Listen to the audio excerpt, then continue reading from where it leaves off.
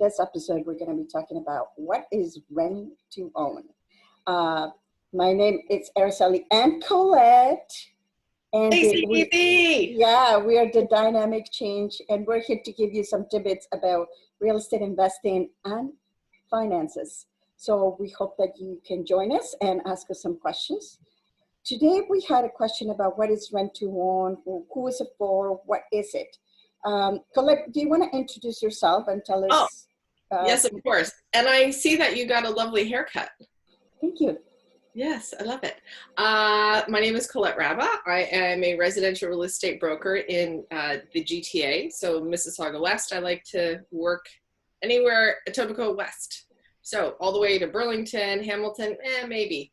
But anyway, if you have any questions, that's what we're here for. Always ask us anything, real estate or financial. We'd love to answer your questions.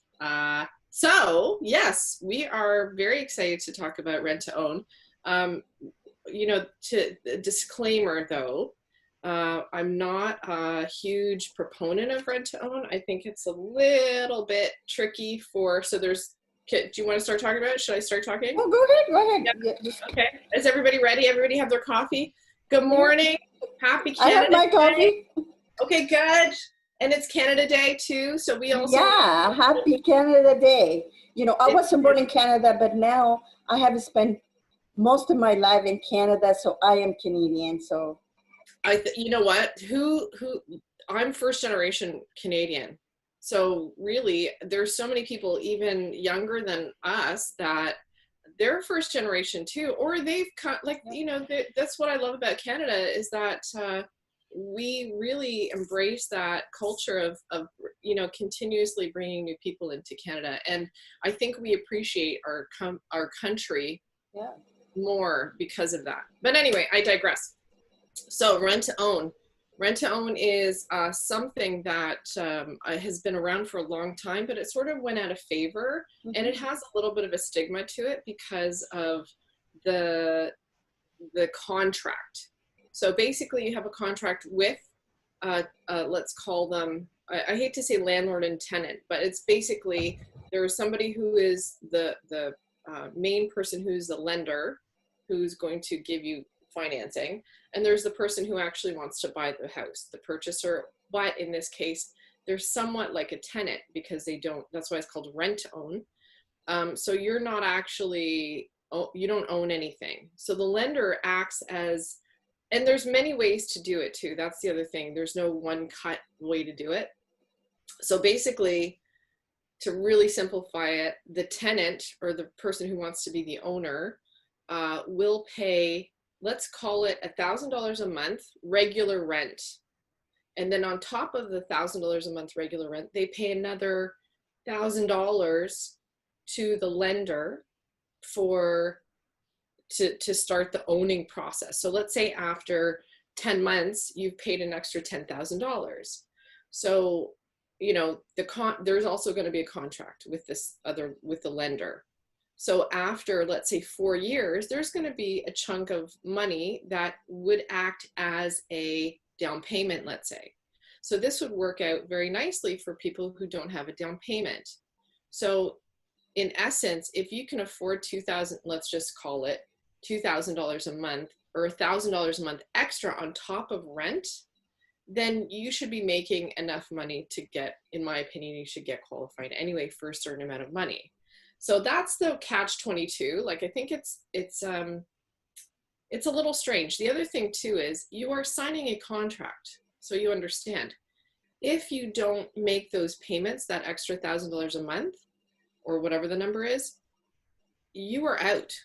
They can technically, there are contracts that say you owe nothing, even after you've been paying $1,000 or whatever the amount is per month for X number of months. At the end of it, if you can't afford to close, you're out, you're done. So from the tenant perspective, from that, the renter owner, from that perspective, you have to be very, very careful when you sign this kind of a document. And that's what, we're here for. Yeah. But the one thing that I'm always surprised at is, to use somebody like Araceli to say, why would you ever need something like that? If you figure out your finances ahead of time, if you plan it a little bit better, you should never be in a situation that you would need to do a rent to own. So I would like you to talk about that a little bit. Well, I can tell you a couple of things. We wanted to talk about rent to own because it is a way to get into the market. Yeah. But I wanted to talk about what is behind it. Why did rent to own come about? Because people did not have their finances in place. They did not have the down payment and their credit is bruised. Yes. And in some cases, there's no way to avoid it. You know, some bad things happen to good people. And believe me, I know because it's happened to me. But at the same time, you do have, if you plan ahead of time, how much you want to save, and also monitor your credit to make sure that there is nothing weird there, that somebody's trying to steal your identity, or that you are spending a lot more ratio-wise when it comes down to your credit cards, line of credits, then that will help you facilitate. But I think that, you know, in my opinion, Colette, the fundamental issue about this is not about the rent to own, and rent to own could be a good program. It could, but yeah. At the same time, what is happening behind it is that everything has gone up so much, Colette. Take a look at how much we are paying for regular rent. Just forget about rent to own, right? Right. It's just regular rent. Your regular rent is almost the same amount that a regular mortgage payment. Of course, now, if you're going into a situation in that you want to do a rent to own because you make good money, and some people would make good money, let's say, more as a self-employed. So when you do your deductions, what you really show is you show less income, which makes you not qualify. So that's why, you know, the rent to own came about. But at the same time, if you're adding $500 or $1,000 on top of the regular rent payment, most people really will not be able to do it. I am not very fond of rent to own because of that reason, because if something goes wrong, you're stretching yourself so much that if something goes wrong, if you're relying on two things in the house and one of them stops. I'll give you a scenario of how this could, where it could actually work. Yep. So if you are a bartender or a waitress that you get cash money and you may not declare it all, then you know you have, like, you've done your finances, you've done your numbers, that you know, maybe it's you and a spouse that you can manage it, that extra $1,000 a month. That's great, that's fine. Somebody like that, somebody who is a student, let's say you're a medical student and you've just graduated, so you want to get into a house and you know the income is coming, maybe not a doctor, but somebody who's as soon as they have a job, the wealth will be there, but you really want to get started, you want to start a family, whatever it is, and this is a temporary solution. So, and again, just what Araceli said, it's to get in the market, which, Araceli we both agree that the faster you can get in the market, the better. So as soon as you can, it's like planting that tree. The best time to plant the tree was 10 years ago, but we can't change time. So guess what? Today is the day. This is we both believe in that, and we both have seen the results of that. So no sense looking back, but looking forward. So this is a scenario that may work for people like that. Also, it also works for somebody who, let's say I'm a single girl, I want to buy a small house and in a smaller market too. So let's say in Hamilton or Cambridge or somewhere that the prices are not crazy, but then I rent out my basement. So I know I get, and when I say $1,000 a month, that's just for easy math. So let's just say I have that, my mortgage is $2,000. And I'm getting $1,000 just from my renter. So that scenario would work. But when you apply for a mortgage, they might not, like the mortgage, trying to get a mortgage these days is very difficult. They really put you through the ringer. They want to see so much detail about your income. And if you don't have it, and if you can't prove it, that's when you have to protect yourself. Talk to Araceli first, figure out if this can be done. If you're not so, I am not one to be an expert at numbers. So I rely on people like Araceli to do the numbers for me or with me to say, this is my nut I got to cover. Can I cover it? And how do I do it? So at least when you know, it makes you feel comfortable that it's possible. And the thing is, Colette, one of the things that I tell my clients, you can fail on paper. You can work all types of scenarios. What if I do this? What if I buy this house? What if I, Right. You can do everything on paper. There's nothing wrong with it. Try to do 1, 2, 3 different scenarios. You might be able to see if you can find maybe you can buy a bigger house for more money. The wealth of information that you get just by sitting down and working the numbers is tremendous. And believe me, that doesn't cost you anything. The risk is very little. So you just have to sit down and maybe spend an hour or 2 hours of your time trying to figure out what you can afford. Because in the end, if you get into the wrong type of investment or the type of house or the wrong amount, then you're going to be in trouble and it's going to be a lot harder to fix it. So do your numbers on paper. It does not cost very much time. I can help you with it if you don't know where to start. But it will give you a tremendous amount of information about yourself, about what you can do. There might be some things that you're missing out and what to factor in to make sure that you can do and support the payments on a month-to-month basis. Okay, I have a scenario for you. Sorry. I have clients, couple, they're a couple. Yep. One makes $50,000, one makes $70,000. They are only qualifying for $500,000. Okay. And they're kind of upset. They're like, hey, like we make pretty good money. Like why are we, this is nuts. So in a scenario like that, I would love them to talk to you because I think, I don't know, when it comes to, buyers, I don't ask them, and it's not up to me to see their finances. They can talk to somebody independent if they're not comfortable telling me their numbers. They have to sign off anyway. If we do a condition on finance to say, you're going to buy this house, but based on, you have to talk to a lender, a mortgage broker to make sure that you qualify for that payment. If you sign off, you're in big trouble. So make sure you know your numbers before we even go look. I don't work with anyone unless they have the pre-qualifications that they know they can qualify for a certain number. It's painful. Like, why would I show somebody $1 million property if they can only afford $500,000? It's a waste of everybody's time and energy. And it's sad a little bit, right? Well, and now think about, Colette, I've been actually looking around my neighborhood here in Mississauga. And I looked at houses and I'm going $2.1, $2.3 million. Yeah. I'm working out the numbers in my head. And I says, wait a second, if I need to purchase with 20% because I'm not a first-time home buyer, I have to put 20% minimum. Okay, so how much is that out of $2 million, right? Like that's $400,000. Yeah. And then on top of it, what is going to be my monthly payment? And I'm looking around like, who can make this kind of money? I know. You have to be realistic about what the cost of living is. If I'm going to be saving, first of all, $400,000, how long is it going to take me to save the down payment? Theory. Right. And so then this huge, monthly payment is not only the mortgage, but now it's my taxes.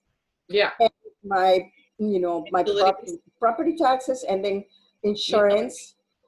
And any other utilities. And most people don't realize how much money is going into that. It's really scary.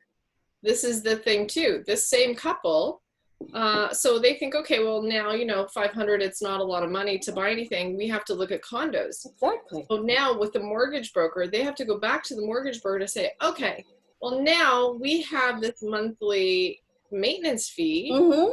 How am I going to, so if I have like let's just say, again, $1,500 a month mortgage payment, depending on how much they put down, plus $1,000 or around there. There are condos that are $1,000 plus for maintenance. So when you look at that number, you're paying over 2,000, whatever, let's just say again, with simplicity of numbers, over $2,000, and 1,000 of that, or whatever that amount of your maintenance fee, is out the window. It's gone. And a lot of maintenance fees, and this is the misconception with maintenance fees, if anybody doesn't know this, maintenance fees are different for every condo, pretty much. So some condos, it includes everything: hydro, heat, taxes. Some condos, nothing. You get the lawn mowed and you get the snow shoveled, and that's, you know, that's your low maintenance fee. Sometimes and obviously when there's a pool, either in the complex, or, you know, it's part of the use for everybody. Who's paying for it? You are. And maintenance for pools is very expensive if you don't know that. Roofs are very expensive too. So the older a condo building gets, the higher the, like, condo fees never go down. So that's one thing that I'm still waiting to see the condo, just the condo boards and condo markets really evaluate that. How, like, really, what's their, like, they've got to peak at some point, and then the condo boards have to be looking at their numbers to say, like, sorry, and I wanted to just say one other thing. If you go to sell a condo, and let's say the building right next to you has a lower condo fee, their purchase price is a lot higher. So it sort of balances out. When you buy a condo, or if you're looking at a condo that has a high maintenance fee, the purchase price will be lower. And that all has to do with what people can actually afford, their monthly fees. So I'm not crazy about condos either. I wish that there was some kind of, I don't know, not regulation, but that condo boards really look at that to really support the owners to say, we bought this condo for whatever, $500,000, and now I can only sell it 5 years later for $500,000 because the monthly fee is high. So there's got to be a balance in the condo, in that general scheme of things. I don't know a lot about condos. It's not my favorite to purchase. Buyer beware. What else can I say about condos? If that's all you can afford, then great. Then go for it. But you also have to come up with a plan. It's not only just buying because this is the only thing that I can afford. You have to look at your own circumstances. You're single, you're married, you have kids, so you have younger kids, you have older kids. So all of these things really plays a part in what type of property you're going to be living in and how long. Because remember, you cannot just move. Well, I didn't like this house, I'm going to move in 2 months, right? This kind of thing, you got to really think about it, because it's a long-term planning, whether it's your principal residence or a second residence as well. What is the use that you're going to give it? And we just wanted to put out here, you know, have you heard about rent to own? You know, have you had any experience? Have you seen anybody that actually, you know, took advantage of this strategy, which is out there for people that have a little bit problems with their finances? They make good money, but their credit is not the best. So that could work very well. However, the same, I'm not very fond of the strategy. Also, the condos, you know, you have to be very, very careful with what's included in the condo fees. I know some people that they've been living in a condo for 10 years and now their condo fees are actually higher than their mortgage. And, you know, great. This is crazy in my opinion, right? Because that's what I'm saying. Like, there's got to be, you know, at some point a balance, right?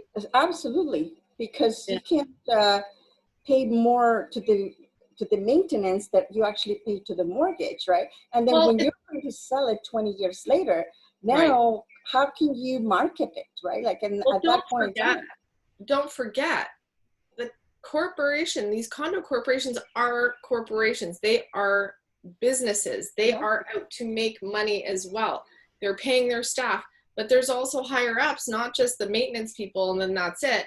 There are higher ups that are getting a paycheck every month too, or every 2 weeks or whatever it is. But the one thing what I was going to say too was, you know, when you think of rent to own, there are very reputable companies out there.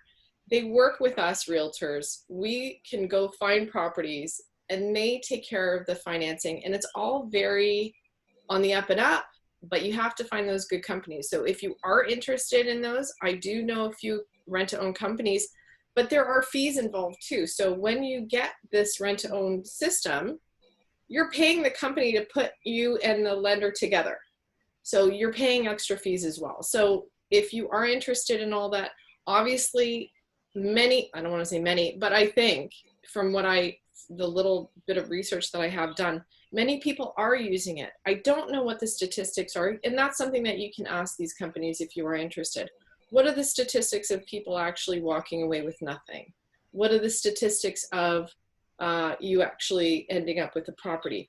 All these things are very important to know before you even hire the secondary company to put the deal together. You always have me to ask advice. You always have Araceli to ask advice. You know, we will help you along the way. We will, whatever we can do to help. You know, the worst thing, Araceli and I say it so many times, we never want you to feel like you're alone. This is a process that can change your life for the better or worse sometimes. We want it to be better. We want you to make the right decisions to make your life better. So please talk to us. Ask us questions. We love to help you. Yeah, so one of the things that I just want to end this conversation about rent to own is to make sure that when you're working with the companies, you really understand the contract. I have heard many, many bad stories about how the contracts are put together where you end up with nothing if you default in your payment. So you really need to understand exactly what is they're going to give you credit for, how long is the contract, what happens if you are not able to close. Right. But most importantly, the best company that you can find is somebody that is going to work with you between when you get into the property and when you're actually closing.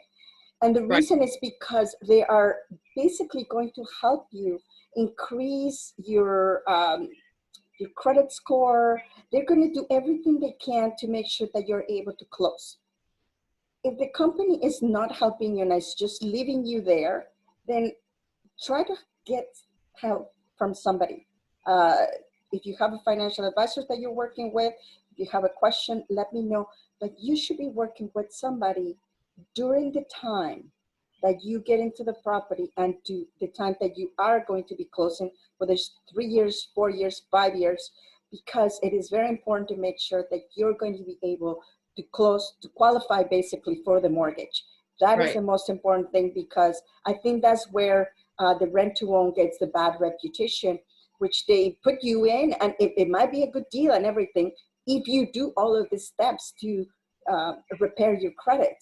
But if people don't do it, right, because they fall into the same habits, then it's really not their fault that you were able to close. But at the same time, it is their fault, because if they put you into a product that you weren't able to sustain and to be able to get better, then it is their fault, in my opinion. Yeah. So just be careful that when you get it, if you are considering something like this, to get with a company that is helping you, or if that company is not helping you, make sure that somebody review the contract and that you're working with your financial advisor to improve your credit, also with your mortgage broker. You know, those two are a very good pair in order to make sure that they tell you what do you need to qualify for to be able to purchase this property. Right. And if that company says, you don't need a lawyer, it's okay. No, run away, run away. Because like I always say with real estate, if you go to directly to the seller or to the listing agent, you're really setting yourself up, because that listing agent already has a contract signed with the sellers. So, you know, it's like saying, oh yeah, one lawyer can represent both sides. No, never, never, never. Please, please, please. If you're going to walk away with one thing, always have representation, always have a lawyer. Again, Araceli and I both know really good lawyers. If you need a referral, we don't get any money. We don't get kickbacks or anything from the people that we recommend. But you know, we're here to help you. So happy Canada Day! Happy Canada Day, yes, for sure. Canadian way, isn't it? That yes. We're just that way. We just want to help everyone. So I'm hoping that everybody can give us a little bit of feedback, because this is a really controversial, a little bit of a controversial subject when it comes to rent to own. And I have had like a really good comments and a really, really bad comment. So tell us what you think, if you've heard about it, if you're thinking about doing it, or if you've just know nothing about it and you would like to find out more. So please give us your feedback. And if you have, or if you want us to talk about something specific, just let us know. We'll research if we don't know, and we'll talk to you about it. But most importantly, have a fantastic day, and we will see you next week. Do you have anything else to say, Colette? Happy Canada Day. That's it. Happy Canada Day. Well, we'll see you next week. Bye, everyone. Bye.